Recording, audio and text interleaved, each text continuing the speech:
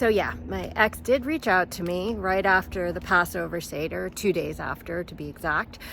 I can't say it was completely unexpected, since he also reached out to me exactly 2 days after Valentine's Day. So I guess he's establishing a bit of a pattern here. This is Shana, just a human in Los Angeles, here to help you pick up the pieces after your breakup. So as you know, if you've been watching, when my ex contacted me a couple days after Valentine's Day, it sort of threw me for a loop. I can't say I was expecting it. I can't say I wasn't expecting it. Honestly, when you're in no contact, you have no idea. But it's a little hard to prepare for that first reach out, that first unexpected contact after you've been in no contact for a few very strong months. That first reach out definitely set me back, and it set me back a lot. I made an analogy to when someone's in a 12-step program and they get coins for being clean and sober for X amount of time, and I had earned like a 90-something day coin for staying in no contact for 90 and something days. And that call just after Valentine's Day sort of set me into a relapse where I had to start again on day one. So where are we now? I think we're on somewhere in the vicinity of day 45-ish, because he and I were going back and forth with texting for a couple of weeks, to tell you the truth. How did it feel after this second reach out? Well, first of all, it wasn't as much as a shock, right? I was half expecting it, maybe a little bit more than half, because not only was it a couple days after Seder, but he and I actually met at a Passover Seder. So there's that. Holidays, I don't have to tell you this, can be very emotionally triggering. So one of us most likely was going to reach out, and it wasn't going to be me. Just a little background on the circumstances of our breakup, in case you're not familiar. I was the one who walked out, but I did it for very, very specific reasons due to his particular behaviors, and he was well aware of those behaviors. And so even though I was the one who walked away, it was what I would call a constructive eviction.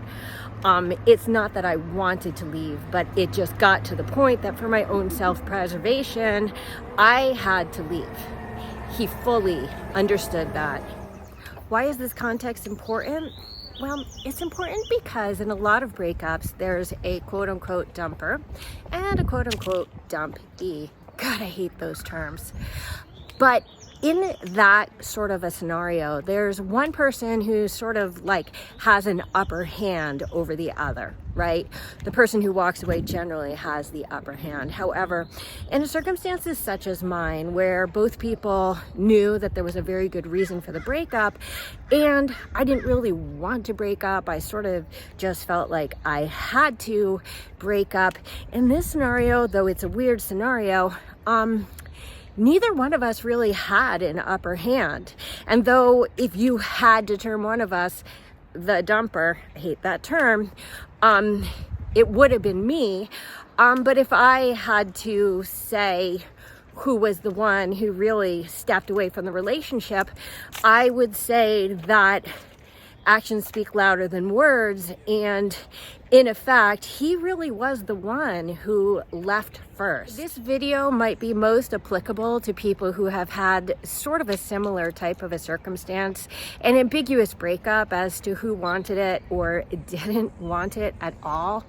And the reason why this is a unique circumstance is that when no one has the quote-unquote upper hand in the breakup, the question is, whose job is it to reach out after no contact? There's so many videos about this, and I would argue that even though I am the one who walked away, he is the one who sort of behaved in such a manner that forced me to walk away, and therefore it is up to him to reach out and make amends if he wants to do that.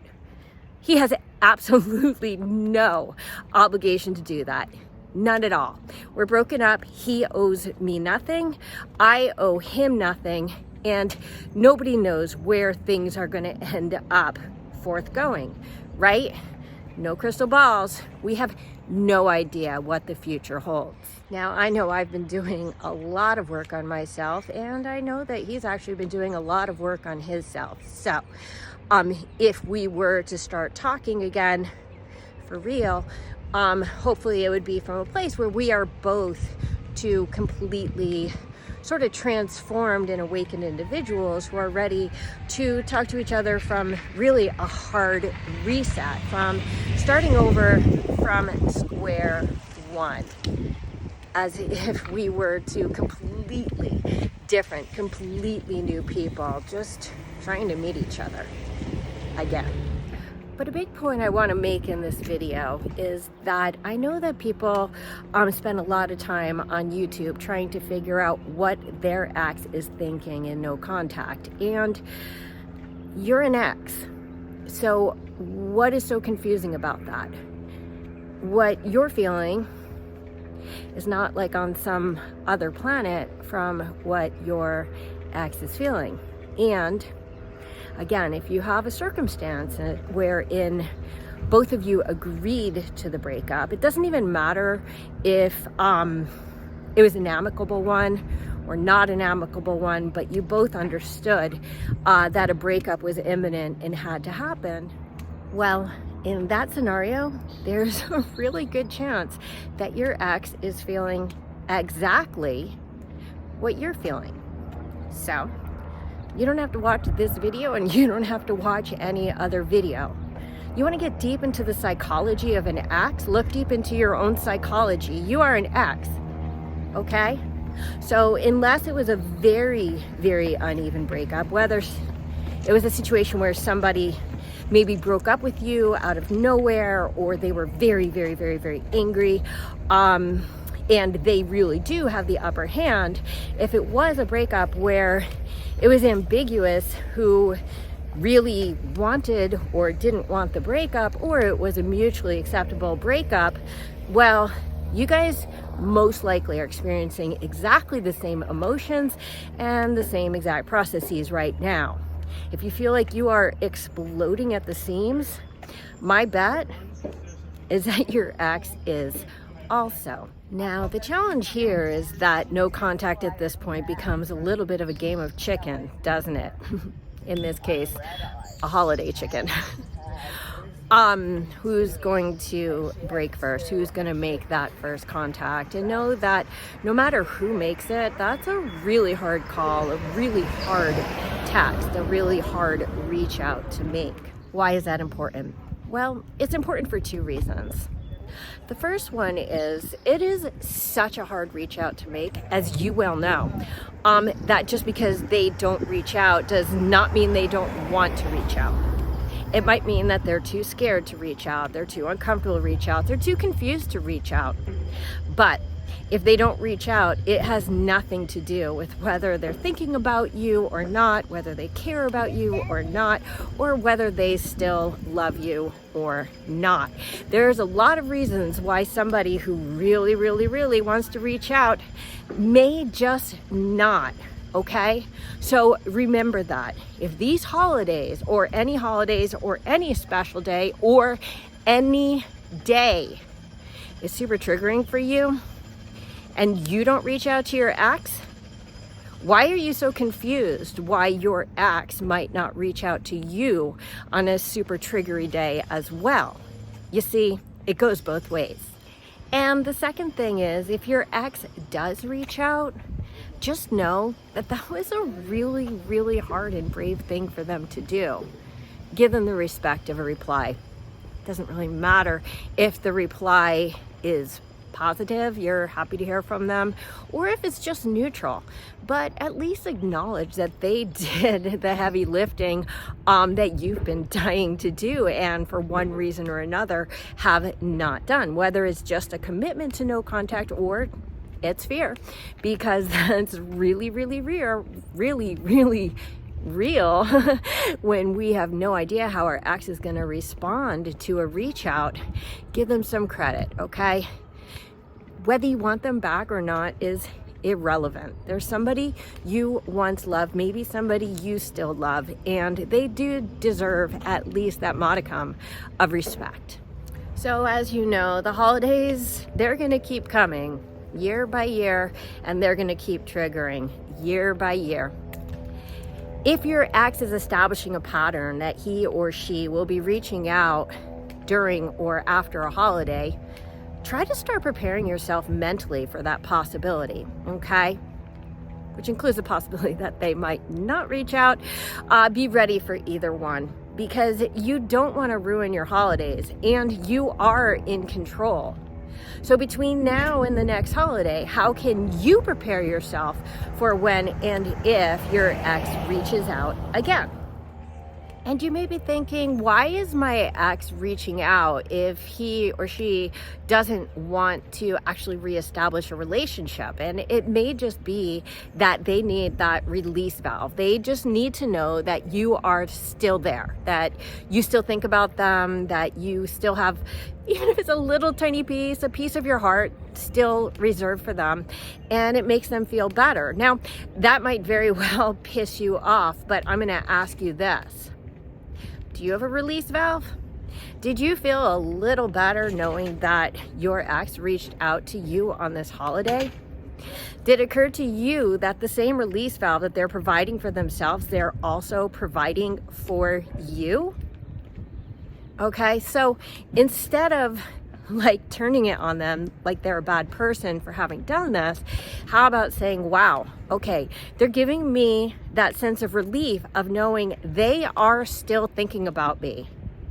And I wasn't the one who initiated that. I wasn't the one who reached out and told them I'm thinking about them. They did not have that initial release. I did. I received that.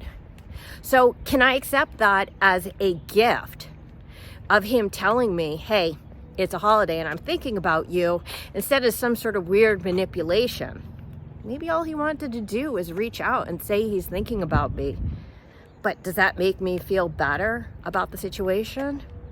Sure it does. Sure it does. It sure gets rid of a lot of the burning curiosity of, does my ex still think about me? And here's the other thing. Each time your ex reaches out is going to be a little less shocking, which means that you will not be set back 100 steps. Maybe the second time you're set back 50 steps or 25. By the time they reach out the third time, there's a good chance you're being set back 11 sets or 5. And if he or she just keeps doing it, you're going to just start brushing it off. They're desensitizing you to the fact that they may just reach out for no reason. They are giving you an opportunity to lovingly detach from them while they lovingly detach from you. That is actually healthy. It is a healthy way to break up so that you both become comfortable with the reality of your separation. Because as painful as it is, that's the reality. You guys are separated. You guys are broken up. If you can do it while maintaining some sort of love in your heart for each other, but at the same time being able to move on to bigger and better relationships, heck, that's a real win. So whether you want your ex back or you really, really don't, just know that no contact is working its magic. You may not always realize it is because it's sort of doing it behind the scenes. So when we're on stage, when we're in front of the scenes, we don't really understand what's going on backstage. Just know that there's all sorts of stagehands and all sorts of action going on behind the scenes. Don't write that off just because you can't see behind the curtain. Just keep playing your part. Keep living your life. And the world, the universe is going to continue to swirl around you, sometimes in very, very unexpected ways. Your job is to just keep moving forward. Do the best you can. As much as we wish as we had the script in front of us and we all knew that there was a happy ending at the end, unfortunately, none of us really knows how this life is going to play out. Only the big playwright in the sky knows that.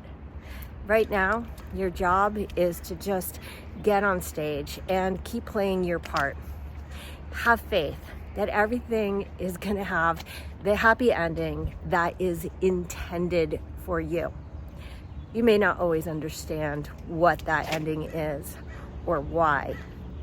Just have faith that it's coming, because it is.